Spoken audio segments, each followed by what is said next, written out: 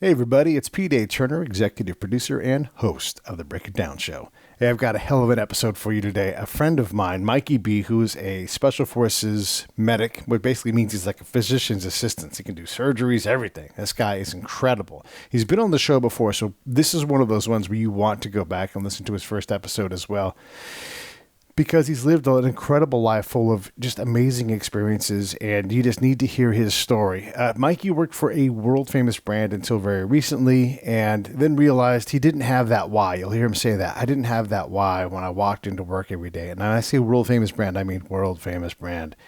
So he decided to go back to his roots, what makes him happy. He likes to create, and he likes shooting guns, so he started a company called Mojo Riot.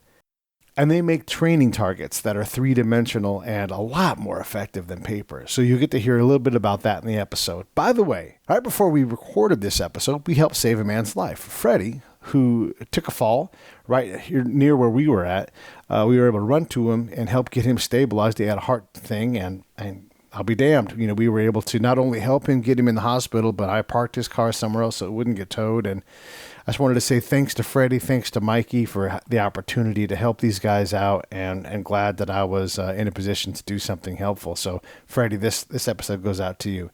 Hey, for a lot of you, this is your first time hearing this episode. I'm just now realizing that. So let me just say this to you. The Break It Down Show is hella cool. Here's what we do. We have combat guys on. Yes, we have doctors and PhDs. And yesterday I interviewed Representative Michael Waltz from the 6th District in Florida, and we talked about Congress.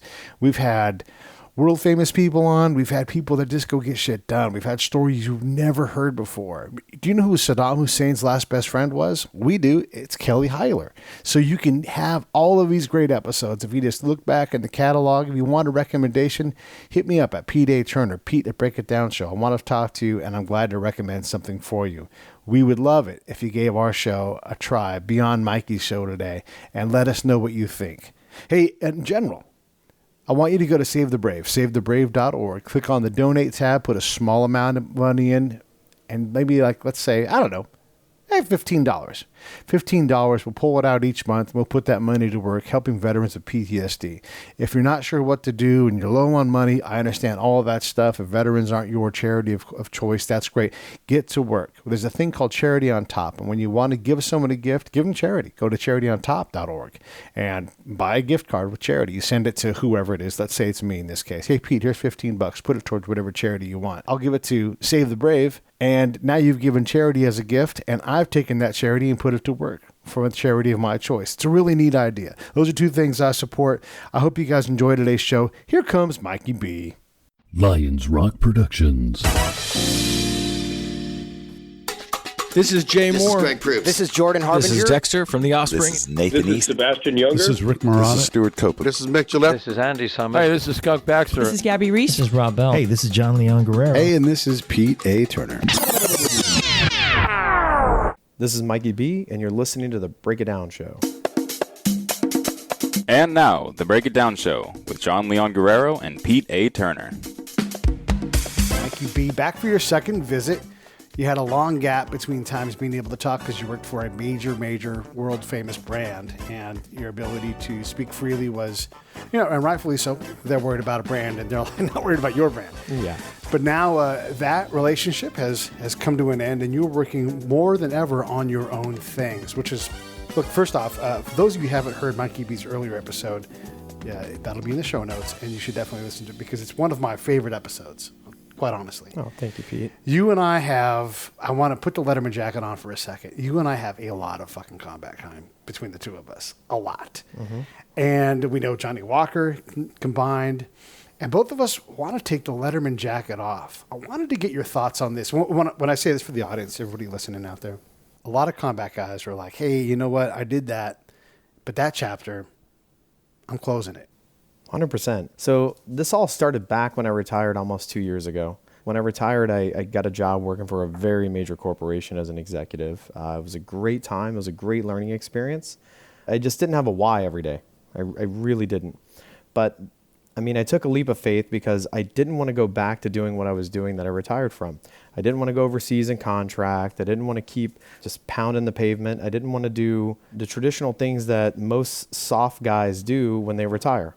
I decided to pack up my stuff, move to Los Angeles, and give it a go working out here as an executive. I mean, I grew up in the 80s, and I thought being successful was being Alex P. Keaton walking around in a corduroy jacket with elbow patches and a briefcase. Yeah. And I found out really quickly that being a yuppie really didn't fit my personality, or it didn't provide me with a why every day.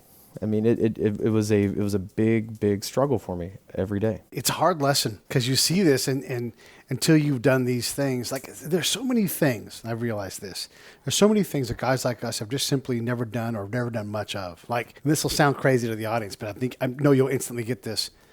I've barely done laundry in my life. 100%. I've barely taken out the trash. You know, like these are things that we've always had someone do it for us. And that sounds bougie, but it's not. Like, we have a different job and everybody's like, hey, let's remove all the trash taking out of Mikey's life. When we poo in a bucket, there's someone else that's going to go burn that poo for us, you know? And the corporate world's the same thing. You're like, oh yeah, I should go get myself a high-end corporate gig.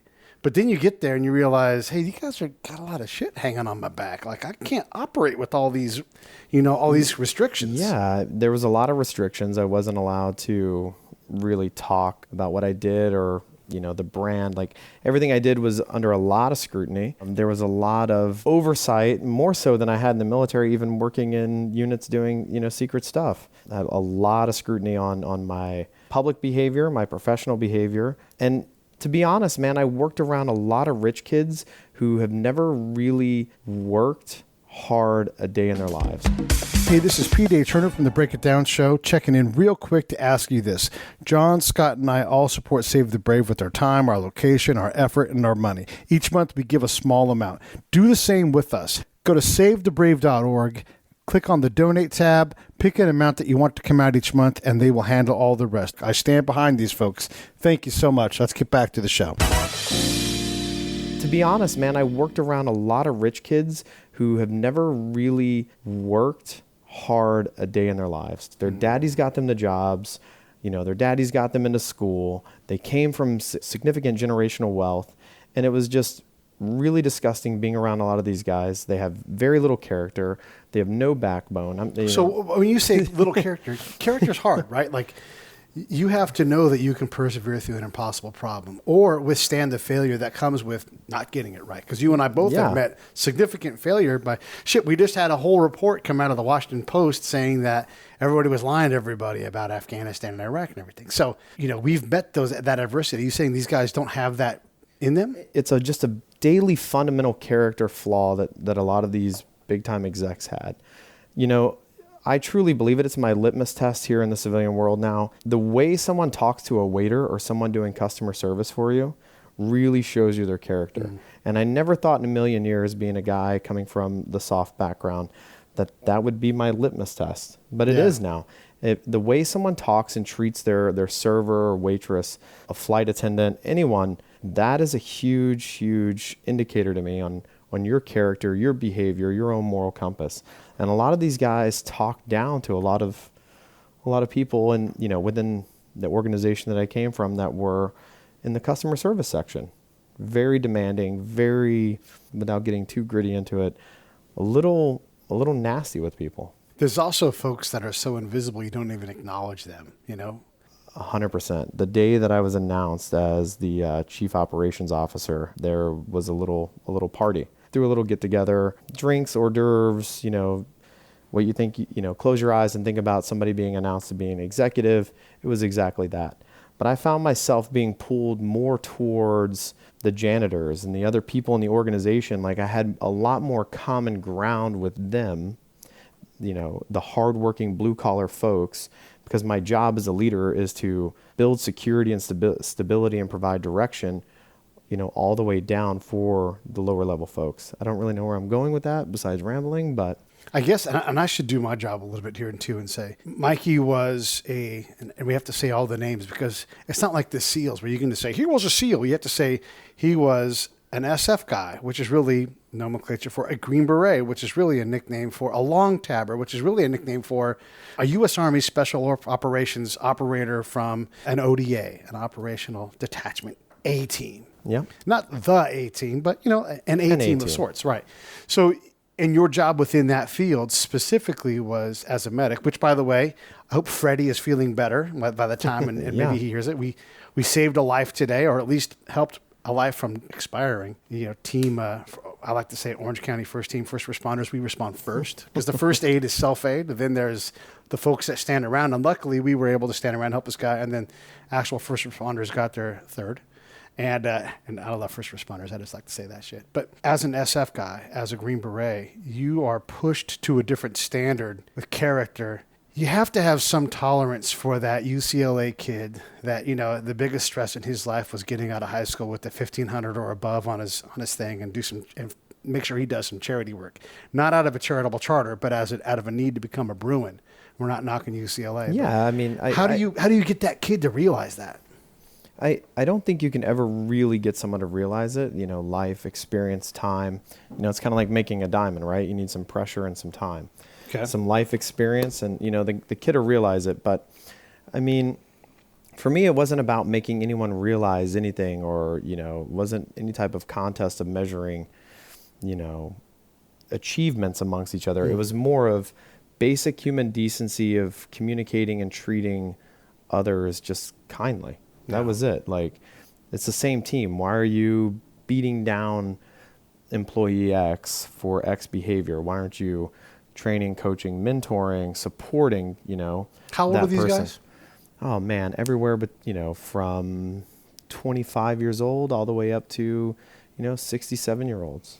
So in your line of work specifically, and we'll say doctrinally, just to kind of give some context, you are obliged to deal with whoever's sitting across the campfire from you. Culture doesn't matter. Right. 100%. Yeah. And your job is to take someone where they're at and get them to a place beyond that. Not to your standard, not to American standard, but just how do we get you from here to this impossible other here? And that cannot make sense to any major brand. There's no way. It can't, because the why just isn't great enough. Creating a why behind a brand is backwards in my mind. There has to be a why, then the brand. Okay. Which is a great segue into the next part. Yeah, let's do it. So, working with this, the number 11th brand in the world, the why just wasn't great enough for me to wake up every morning and put in 65, 70 hours a week and just grind away for them. Just to do what? Build more wealth? Yeah. It just wasn't there. And so, eventually I just reached a point to where I was just dissatisfied with my quality of life and just didn't look forward to going to work every day. And that was a very new feeling for me, extremely new feeling, not happy about going to work. But I left because I got the backing of several very wealthy people in Hollywood that were providing money to veterans charities. Right. And the overarching goal was to not just give money to veterans, right? We created a venture capital fund called Redacted VC.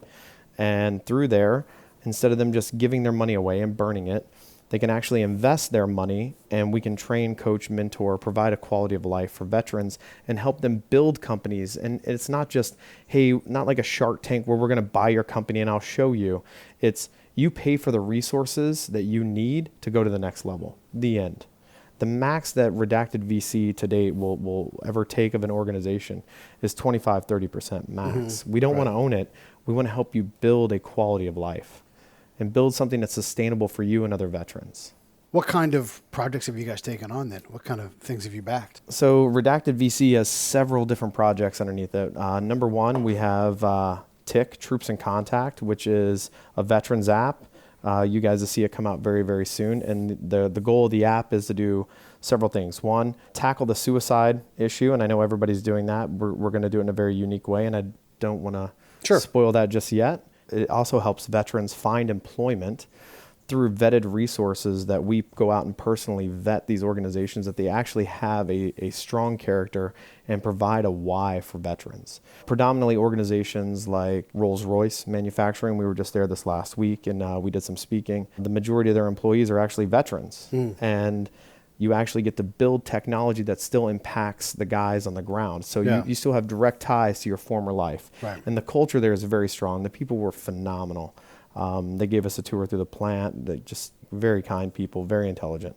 There's a Yelp component to the app, which is more so based upon the VA system. You don't know which doctors are good or which providers are good, and now peer-to-peer, peer reviews can actually show veterans which doctors to go to. I really wish I would have had that when I got out. The doctor that I saw for the first time down in Long Beach, where you go as well, she literally took me off of every medication that I was on and put me on different medication, and I was all screwed up for several months.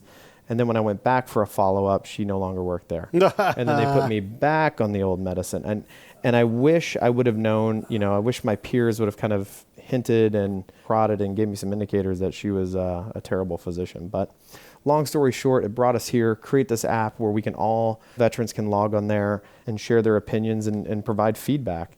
And then also this is something that we really want to get into the hands of the VA to provide like a feedback loop for them, because their own survey system, nobody ever takes their 20-minute survey. Yeah. And if we have some metrics and some, quality data to share with them, like hopefully they can change and self-correct. Yeah, and look, let's be fair to the VA. They have an enormous and impossible program. By the way, hint, hint on national level healthcare. It's really hard to get right. Yes. You can have the best people within a system that isn't allowed them to improve. And then also, like, there's folks that are just 9 to 5 in it. Oh, and I want to be very clear. I'm not upset with the VA at all. Yeah, right. I get really, really, really quality healthcare from them. I get taken care of so much. It's kind of a joke in my household. I refer to the VA as the helicopter mom. Once every 2 to 3 days, they'll call and ask if I need anything.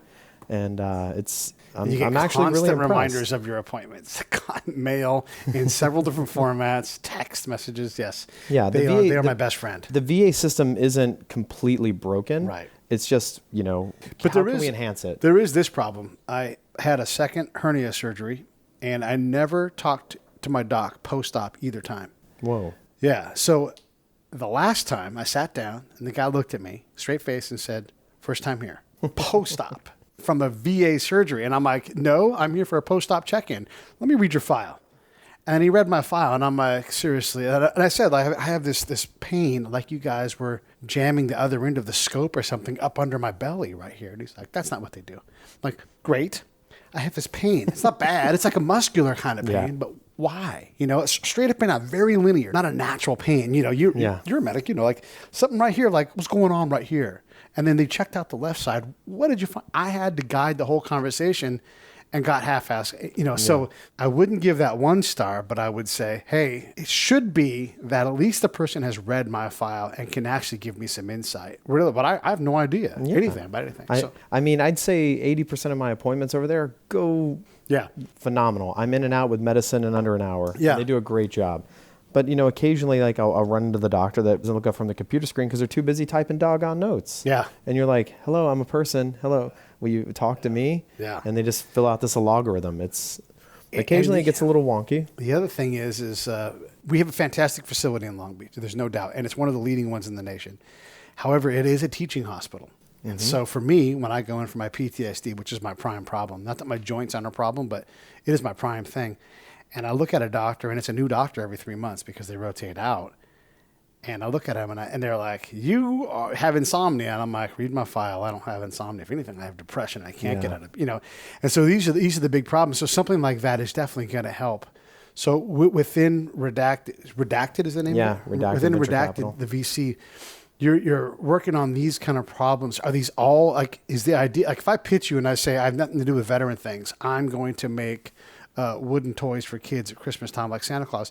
Do you guys back something like that, or does it have to have a veteran mission? We won't back it at all. We will refer you out to some buddies that we know. But in all reality, like, our mission is to, and yes, we're very picky. It's all about not just veterans, combat veterans. Combat veterans that are disabled get priority. And it's all about teaching them how to grow and scale a business from an idea that they're creating. And most of these guys are creating, most of the businesses that we're invested in right now are creating solutions to enhance, combat readiness or increase capability or capacity for the units that they came from. Yeah, interesting. You're also working on, look, you always have several irons in the fire. So maybe we'll get into the writing stuff later on, but right now you're working on something that's been a passion of yours for 65 years, I'm told. Not 65 years, but 65 years. 65 years when I was a young lad. No. So the project that I've been working on, which is Mojo Riot, which is a company, and a lot of people find it to be a bit edgy. MojoRiot.com, right? Yeah, mojo-riot.com. And the website's a bit edgy. There's a warning for you. Don't let your kids go on there. But it's a 100% disabled veteran-owned company. All employees that are involved in the organization are combat veterans or disabled veterans. And that's one thing about veterans, mainly combat veterans. They have a very dark, wonky sense of humor.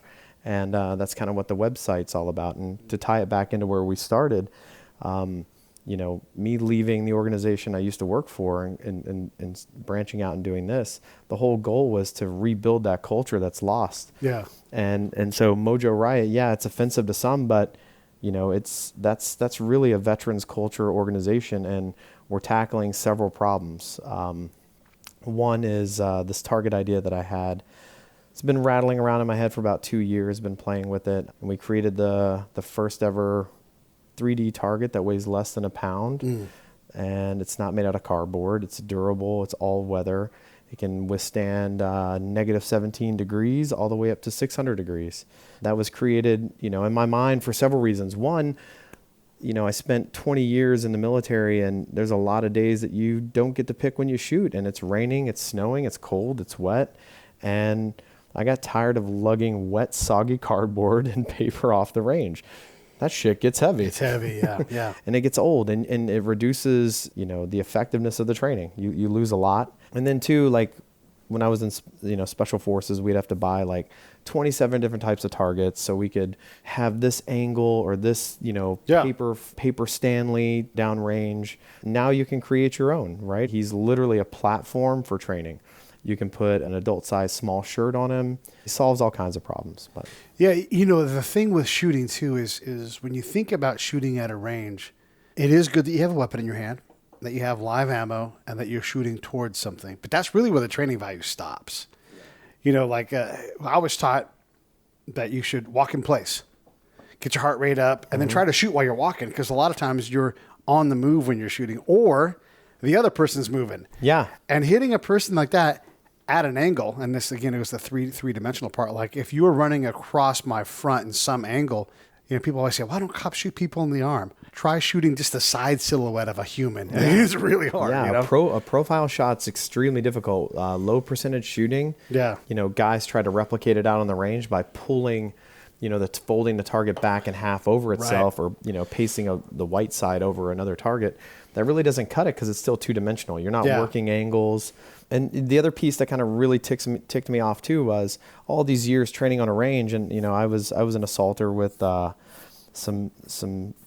very prestigious unit. So being an assaulter in special forces, you were shooting typically black silhouettes or a cartoon, and the cartoon was never life size, right? So he's on a 36-inch long piece of paper, 24 inches wide, but he may already be in a picture down an alley, or the picture is distorted. It's not to scale. Right. So you're losing training value with these low percentage, wonky, weird targets that are two-dimensional. And so that really reduced, training efficiency. And now I've got to carry 16 different types of targets. Yeah. It just wasn't, it wasn't effective. It wasn't cost effective. And it was really, really annoying to have to carry around this giant box of rolled up paper. Yeah, and the other piece too that's extremely frustrating is, besides having a distorted picture, right, all these cartoon targets you can go on LA Police Gear or LA Action Target and buy, besides having a distorted target, it's either a black silhouette or some sort of bullseye, right? Like all my time downrange, there was never a bullseye on bad guys. No. Yeah. There's never we joke with inside Mojo Riot and the guys, we joke like nobody gives a shit about your A-zone hits. That's IPSC shooting. Nobody cares about A-zones. Yeah, yeah. It's not like after a gunfight you walk up to a guy and you go, oh man, those are all A-zone. Good job, Dave. Like, yeah. No, that never happens. And sometimes you hit the target. It doesn't go bing. shooting, and sometimes it turns on wheels on you, and you're like, oh shit, I better keep shooting this thing. And our whole purpose with these targets is not to have bleeders, not to have a target that indicates where you hit, because we don't want you to do Kentucky windage and fire and adjust and fire and adjust. What we want you to do is train on instinctive reflexive firing, because a pistol or a rifle is purely a life-saving device. Instinctive reflexive firing. And we don't want you chasing your shots. Put a T-shirt on Hans. You can go to the dollar store or whatever, and you can get a cheap T-shirt, spray over him, and you can shoot Hans for And weeks. Hans is the target. Yeah, Hans Gruber is the target. Yeah, the ultimate bad guy. Yes. It's Christmas time, so we just picked Hans Gruber. He's, his East German ways. He's just a really, really, really good person to shoot. Right. So, yeah, instinctive reflexive firing. Don't chase your shots. Don't follow your shots. Your whole goal of shooting is to shoot until you get desired results, 5, 8 rounds, whatever that is. The desired results of you pulling a pistol or rifle out ever is to put enough holes inside of whatever the threat is to reduce their blood pressure below 60 systolic, to stop their brain from perfusing, deanimate them, and the end. That's the whole purpose of shooting. Then render aid, if possible. Yes, depending on the state. Of course. In the People's Republic, you better. Yeah. Okay, so that's a lot of things. I want to bring in a couple of different angles on this just to get your thoughts, because since we last spoke, I've brought in some very interesting questions that I bring to operators, folks that actually have combat time. Because our form of wisdom, look, as you know, ethics change as soon as you get to the combat zone. It's just different rules. It's at the base, it's you versus me. Not in our case specifically, but your adversary or you. And that's we're all trying to work from that basic premise. Us versus them. And yet, a lot of times we're co-belligerents, not antagonist belligerents. We are competing for a different. Anyhow, I had Ty Smith on, Ty's a SEAL, and we were talking about school shootings and arming teachers and that kind of thing. And I would submit that to be a teacher proficient enough to shoot in that extremely complicated environment across unknown distances, it would take, I would estimate, 500 hours, once you're proficient, 500 hours a year to maintain. These are kids, right, running around. And if it's not 500, it's more than 100 hours of shooting. And then he talked about driving the weapon, right? And I know you guys, you resonate with that. Like, this is not shooting. Like, I am in control of where these bullets go. I'm not shooting unless, I know, like, I've got a shot. I know what's in line and right. behind. This is not suppressive fire. This is specific targeted fire. Surgical precision. Right. Is it less than 500, more than 500? It's way more. Right. It's way more. And, not to politicize any of this, I don't think teachers should be armed. Right. I just personally don't. I think that there are enough veterans that have these skills in America that we could employ veterans or other people, like obviously after some sort of background check. Sure, of course. And some sort of, schooling. There are enough people that are proficient with firearms in this country that we don't need to take teachers away from their primary duties. Let me ask you this, as someone who's an expert in asymmetric warfare, what is the proper weapon? What is the weapon that would make you stop and go, not this school, another school? Is it a carbine with a sidearm? Is it a shotgun? What's going to make you rethink and find a different target? Because that's really what we want. So the organization that I worked for in the past used to do big events regularly. On a weekly basis. Right. And so my advice to them was you just have to make yourself a hard target. The community has to get involved. It's a community problem. Right.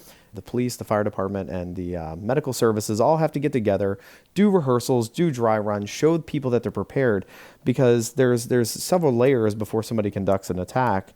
There's the rumination phase, the planning phase, and then, if you can stop anybody in that planning phase or rumination phase, showing that you're a hard target and they're not going to get the mass trauma or casualties that they think they're going to get. Yeah.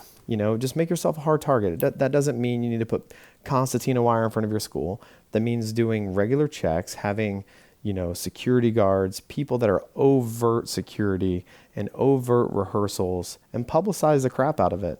Yeah. And just, and have a really, really tight check-in, check-out systems for visitors, single door entrance for visitors, single exit, things like that. I mean, it doesn't need to be TSA heavy security. We just need to be a little bit more conscious about it and a lot more wise and focus efforts towards making this a community problem and everybody pitching in and doing regular rehearsals, making it a hard target. That's a long way to say making it a hard target. Yeah, well, but making it a hard target's not a good enough answer, quite frankly. And then this thing about advertising it, one of the things I always push as a guy that focuses on affect over effect. You can go have 100 exercises, which you're not going to do. It's expensive. But you need to invite the local parents. Hey, be my guest. Everybody. Come in here for 4 hours. We're going to do this. I want you to be you can't? Okay, then I'm going to grab another parent. And you're going to get parents that come in and go, holy shit, these guys are really doing this. And then that's going to push them. And you know about this. That'll push the message out to the community. This is really, I quit think making it a secret. This is a great discussion here. So I think that's probably a 70 or 80% solution, because I mean, you look at a lot of these kids that have committed these atrocities in the last 5-15 years. A lot of them were latchkey kids. Parents were disengaged. Like, there needs to be a lot more sense of community. Yeah. I mean, it's great.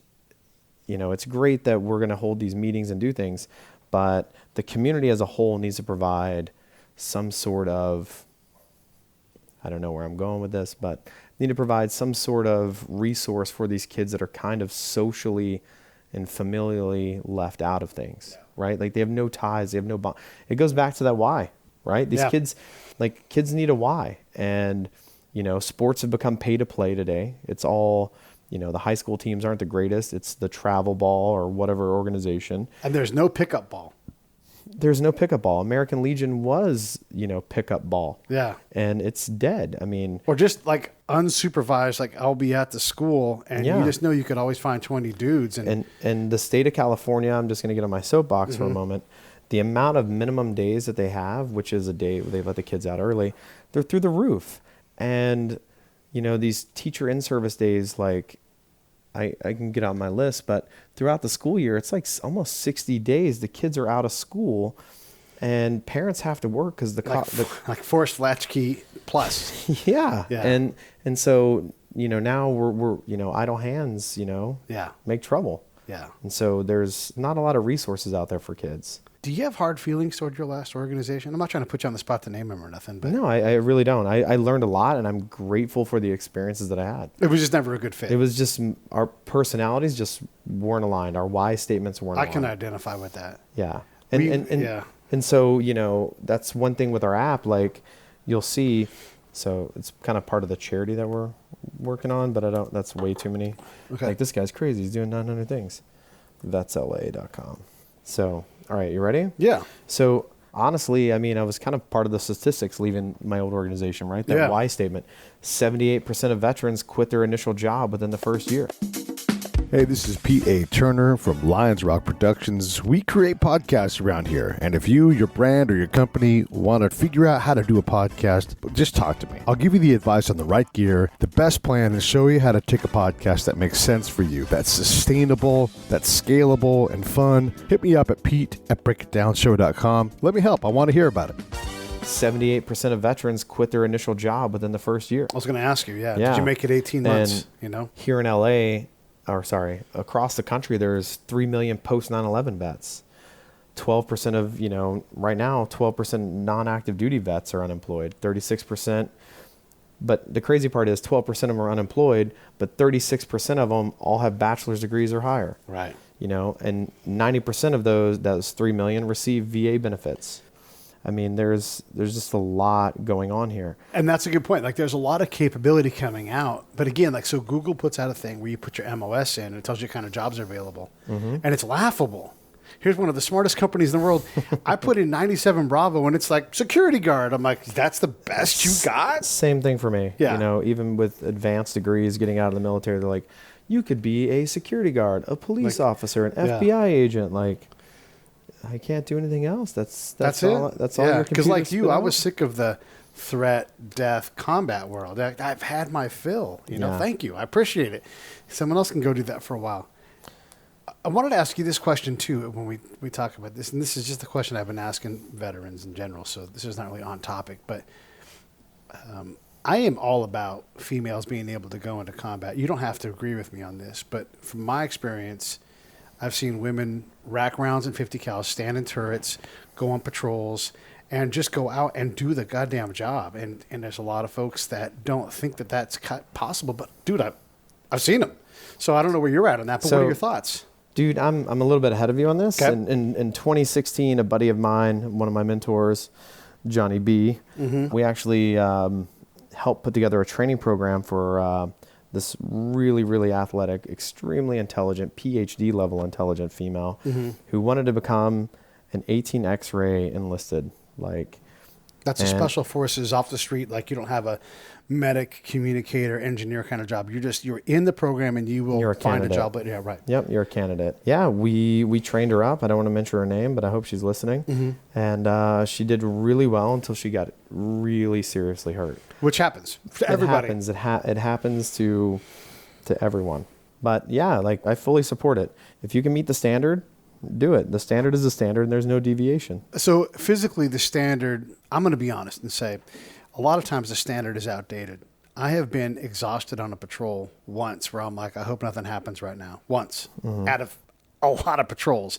And that was because we had a cock-hungry lieutenant, and I'm saying cock-hungry for sure, who wanted to go up the steepest part of every fucking hill he could find in Afghanistan and just completely wear his team out. And it was foolish, So I've never been on a patrol like that where they purposely pick these hard things for no fucking purpose other than to show off how fit they were. Yeah. Stupid, bad leadership. Other than that, I've never had to do PT on a patrol. I've never had to do push-ups, all that kind of thing. And when you meet an obstacle, you get over it as a team. You get over it at the pace that you get over it at, all these things. So if we lean on the standard, the standard might have to be modified for what we're doing nowadays. Not because of females, but because of the actual mission that we do. I don't think so. I think if you tailor the standard for the operations today, you're going to lose all the history of yesterday, right? Like the long, the LRPs, right? The long distance patrolling from Vietnam. Right. If we continue on with this, I hop off a helicopter, I run 500 feet, do the assault, get back on the helicopter. What is it going to become, like a football player type standard where it's literally just quick, short bursts of energy and then away you go? We really do have to focus back more on the endurance, the long grind, 15, 20 mile rucks. Like, I hated them. Yeah. But I look back and I'm like, man, I'm glad I do them. What's sitting on my front porch right now? Yeah, you do. You have one. I have a ruck because, it's something that you just need to do from time to time and just grind. What's more important, that the person can do the job or that the person can do the PT test? The person can do the job. But there's a hybrid to that, right? Sure, for sure. As my good friend Roger always says, everything in moderation, including moderation. And I think that's the same way with the standard. You can't just be a complete standards. It needs to be a challenge to get through the process for sure. Exactly. And then it has to be a rite of passage and there has to be some, trials and tribulations. But you can weed out people without the physical piece. When I was doing stuff with GoRuck, I literally could put people in a field for an hour. I could make everybody quit within an hour if I wanted to. Right. But that's not the goal. And that's not leadership. Yeah, it's not leadership. What are they learning? Just to get their teeth kicked in? Right. It just sucks to suck sometimes and you just got to do it. But endurance is a big piece of it though, to me. Yeah. Right? When you're out on these long walks and these long grinds, your demons start to bubble up and surface, and you need to know that you have somebody who's mentally strong enough to be able to face their own demons. Right. Occasionally. In the long, quiet walk of the night, their feet hurt, their back hurts, they're hungry, they're tired. You need to know that person's able to face their own demons to be able to be there to support you. That's it. The end. Yeah. The end. And can females meet that not the specific standard of 18 miles in this much time, but can females meet that standard where they meet their demon and we know that they're able to do it? I have no doubt that there are females that can do it. Yeah. I'm sure Ronda Rousey's way fucking tougher than I am. I'm not going to lie. I'm sure she is. Right. And then when you look at the warriors you want to surround yourself with, again, not to be physically unfit, but what would you rather have? Someone who's hyper fit or someone who's hyper adaptive? It's in the middle, right? Okay, it's somewhere in the middle. You can't be staunch on either side. There are certain units where, they're shock and awe troops, Ranger Battalion, where you've got to be just a beast all day, every day. Right. The SEALs, they're in the water, swimming, running, all that stuff. Their mission set requires that, right? I'm not saying you can be a complete fat ass or a blob, but in special forces, the relationships are the most important piece. Right. Leveraging relationships is more important than PT. Yeah. Yeah.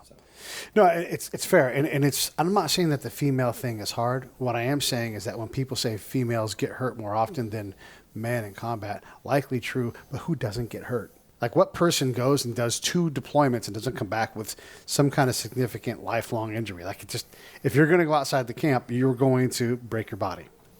100%. You're an endurance extreme sport athlete. Right. You're going to get broke down. You're going to get beat up. There's bumps, bangs. You're going to fall off a fast rope, fall downstairs. You're going to get blown up. There's going to be concussions. There's going to be, stitches. Like, it's a pretty abrasive lifestyle. This is the best way to say it. It's an abrasive lifestyle. And if a woman wants to sign up and stand next to me, and here's my standard, as long as you're either a pro or willing to shut up and become one, you can roll with me anytime you want. the end. Yeah.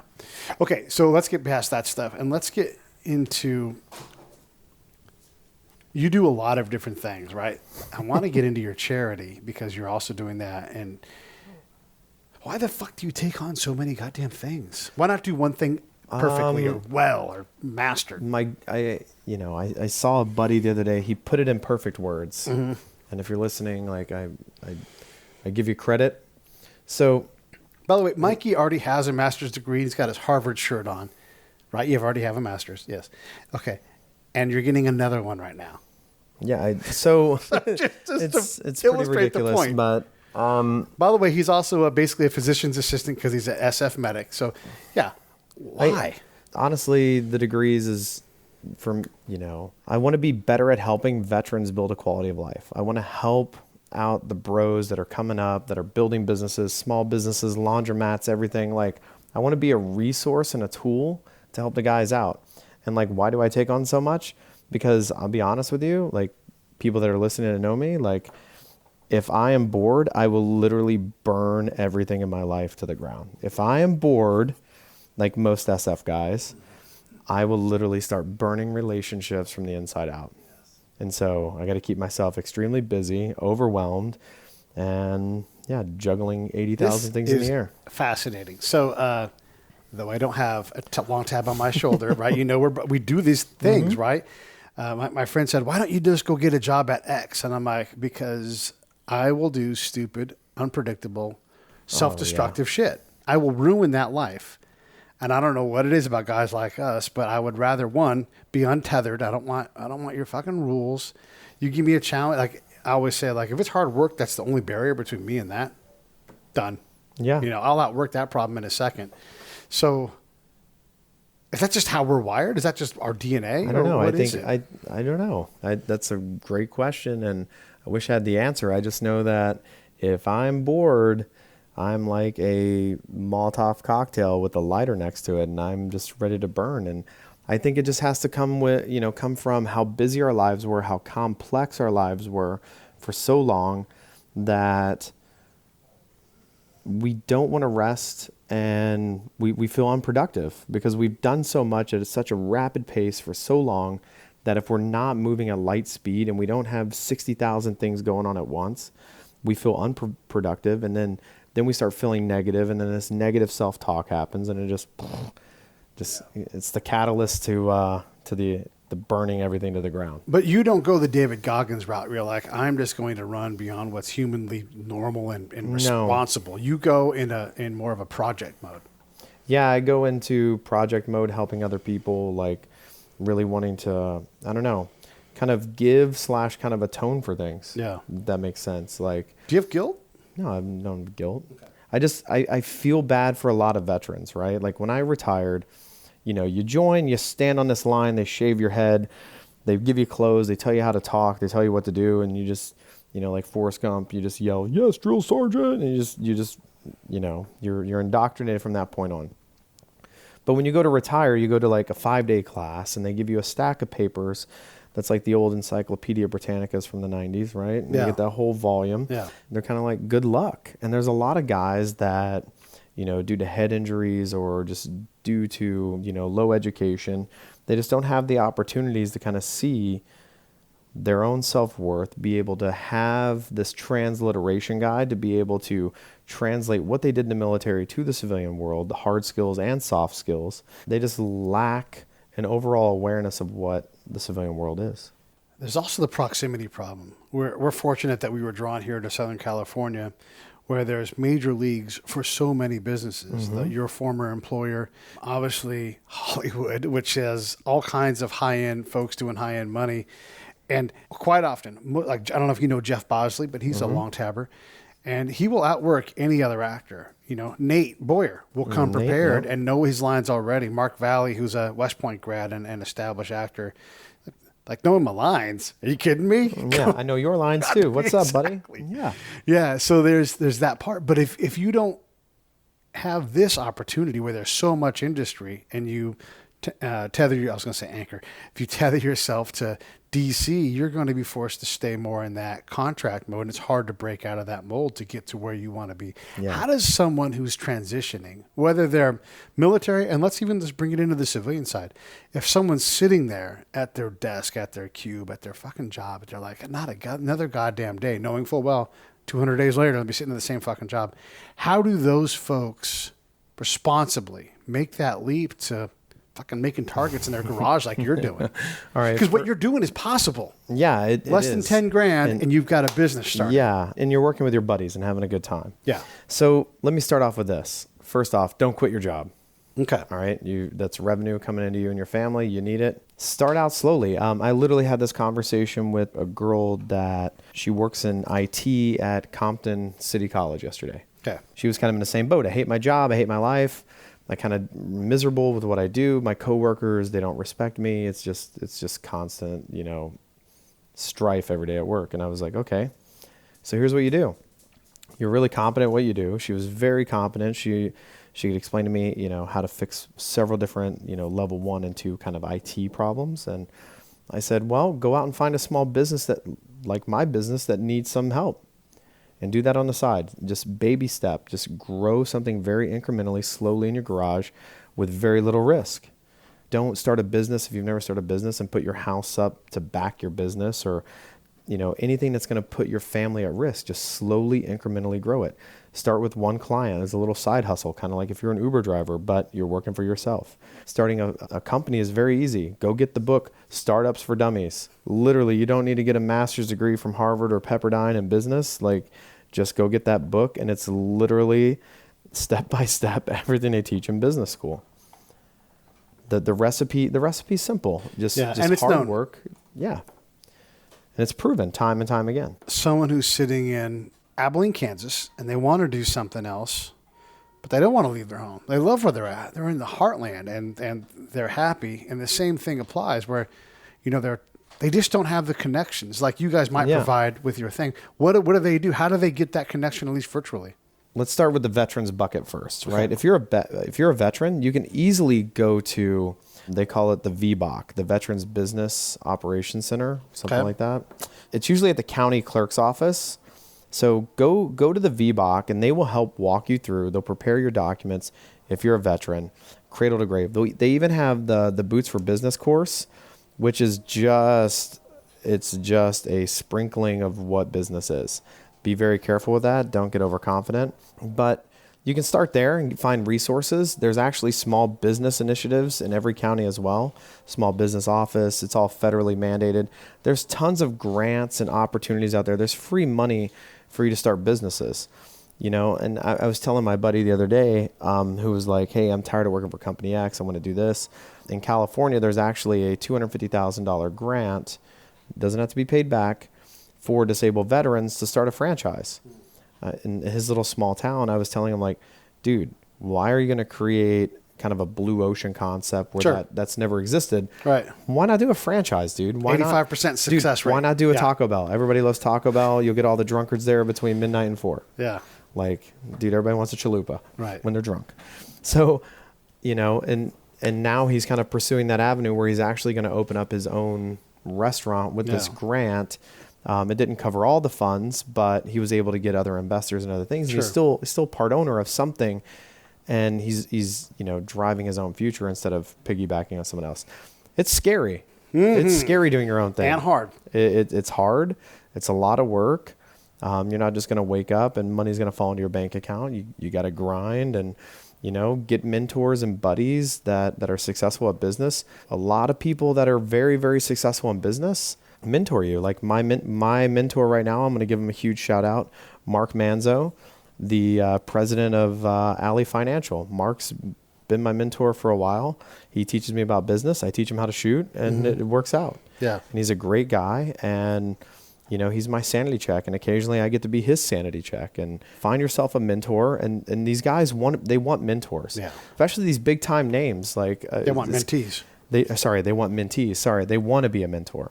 And so it's very lonely when you're at the top and you're in a company. You don't get to vent, complaints go up, not down when you're on the top. And so it's great for them to have mentees in order to like have as a sounding board and kind of talk about concepts and ideas and bounce ideas off of that they normally couldn't do in the office.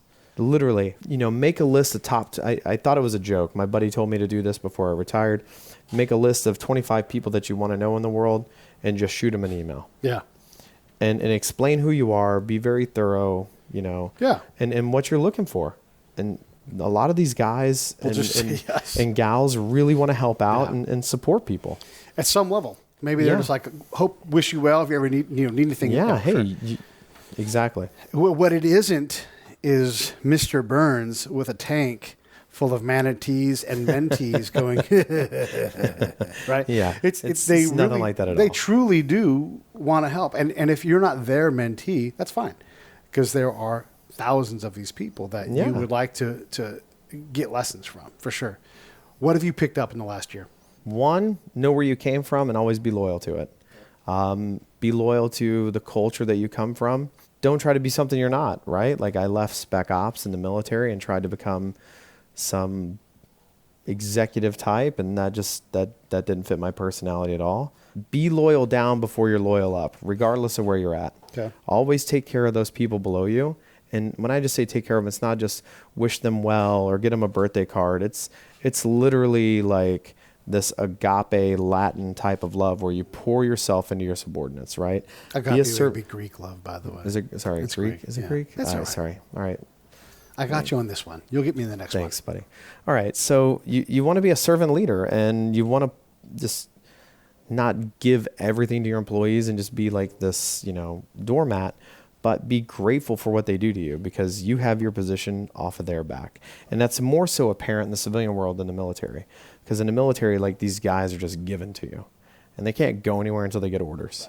In the civilian world, these people can come and go as they please and they have tons of options and they're very talented people. So you really do have to take the time to, mentor and really build like some emotional reciprocity with your subordinates. A lot of people overlook that. Emotional reciprocity. That's great. Ooh, you like that. Regrets. I shouldn't have resigned as soon as I did. I should have had footings a little bit tighter. I was a lot of bit